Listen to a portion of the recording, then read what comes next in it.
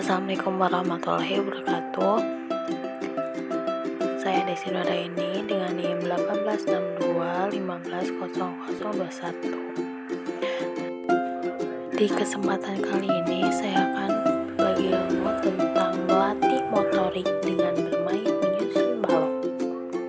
Keterampilan motorik merupakan kemampuan yang penting dimiliki oleh setiap anak. Dengan melatih keterampilan ini, anak dapat belajar melakukan berbagai hal seperti berdiri, duduk, dan bermain. Tak hanya itu, keterampilan motorik yang dilatih dengan baik juga dapat mendukung tumbuh kembang anak. Keterampilan motorik adalah kemampuan untuk menggerakkan anggota tubuh seperti kepala, bibir, lidah, tangan, kaki, dan jemari. Gerakan-gerakan tersebut belum terlalu terlihat ketika bayi baru lahir, namun secara perlahan akan mulai muncul, terbentuk seiring tumbuh kembangnya. Ada dua jenis keterampilan motorik, yaitu keterampilan motorik halus dan keterampilan motorik kasar. Keterampilan motorik halus merupakan gerakan yang melibatkan otot-otot kecil, misalnya jari-jari tangan. Kemampuan motorik halus memungkinkan anak untuk melakukan berbagai aktivitas seperti menulis, menggambar, dan mengambil makanan atau minuman. Gangguan pada kemampuan ini bisa menyebabkan anak mengalami gangguan belajar seperti kesulitan menulis atau disgrafia. Sementara itu, keterampilan motorik kasar melibatkan gerakan-gerakan otot besar seperti tungkai, lengan, otot tubuh. Keterampilan motorik kasar membuat anak dapat melakukan berbagai aktivitas, misalnya duduk, merangkak, berdiri, berjalan, serta menahan posisi kepala dan tubuhnya. Untuk mengoptimalkan keterampilan motorik anak, bunda dan ayah dapat merangsangnya dengan berbagai permainan. Contohnya, menyusun balok. Menyusun balok, salah satu permainan sederhana yang dapat melatih keterampilan motorik anak adalah menyusun balok.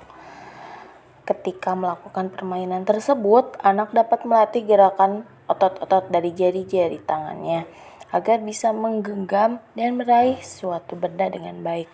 Tak hanya itu, permainan ini juga dapat merangsang kemampuan koordinasi gerak tubuh.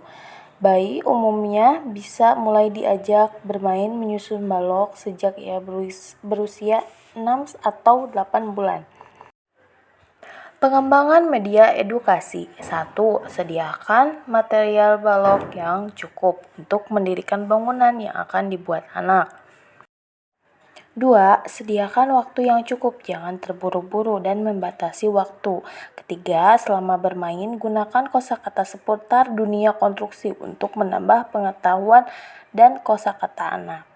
4. Berikan kesempatan kepada anak untuk berinteraksi dengan temannya dengan bermain susun balok bersama.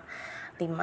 Amati perkembangan anak dengan bermain susun balok, dari bentuk sederhana ke model yang lebih kompleks. 6. Pastikan bentuk ukuran baloknya sesuai dengan usia anak. Di usia batita awal, pilih balok berukuran besar agar mudah dipegang dan disusun. Yang ketujuh, awasi anak saat bermain dengan balok. Jangan sampai balok tersebut dilempar atau digunakan untuk memukul anak lain ketika dirinya kesal. Jangan mengintervensi anak dengan berbagai pengarahan atau perintah selama anak membuat suatu konstruksi. Kedelapan, beri anak kesempatan untuk mengerjakan sendiri dan memutuskan sendiri apa yang akan dibuat. Dan yang terakhir, jangan lupa memberi pujian atas hasil karya anak apapun bentuknya. Tujuan permainan. Yang pertama, agar anak dapat belajar dan memiliki kemampuan untuk menyatukan sebuah perencanaan. 2. Agar anak dapat terdorong dengan positif untuk bekerja dalam sebuah struktur bersama. Dan yang ketiga, agar kemampuan anak melakukan pemetaan mapping mendorong tubuhnya kemampuan berpikir simbolik sehingga mengembangkan juga kemampuan berbahasa anak menjadi lebih meningkat dan semakin terstruktur. Lalu yang keempat, ini terjadi ketika anak dapat mengungkapkan berbagai jenis perbedaan pola-pola balok yang dibuat. 5. meningkatkan kemampuan kerjasama dan proses sosial ketika anak bersama-sama bekerjasama dalam suatu tim untuk menyusun balok tersebut. Keenam, meningkatkan dan mempertajam kemampuan konsentrasi anak pada setiap kegiatan dan tugas yang dilakukannya. Terakhir, mengembangkan kemampuan motorik halus anak pada tingkatannya yang semakin baik.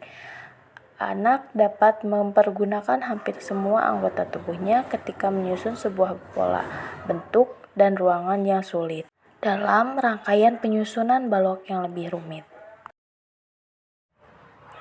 Manfaat permainan balok. Yang pertama, melatih anak mengembangkan imajinasinya. Meskipun tampak sederhana, namun pada kenyataannya permainan balok membutuhkan imajinasi dan kreativitas anak untuk merangkai balok tersebut jadi sebuah bentuk. Dalam hal ini, Bunda bisa membantunya mengembangkan imajinasinya dengan mencontohkannya sebuah bentuk yang mudah ditiru seperti bentuk rumah, bentuk genteng, dan bentuk mobil. Hasilnya, setelah mendapatkan cukup referensi, imajinasi si anak akan berkembang dengan sendirinya hingga ia membuat bentuk baru sesuai dengan keinginannya.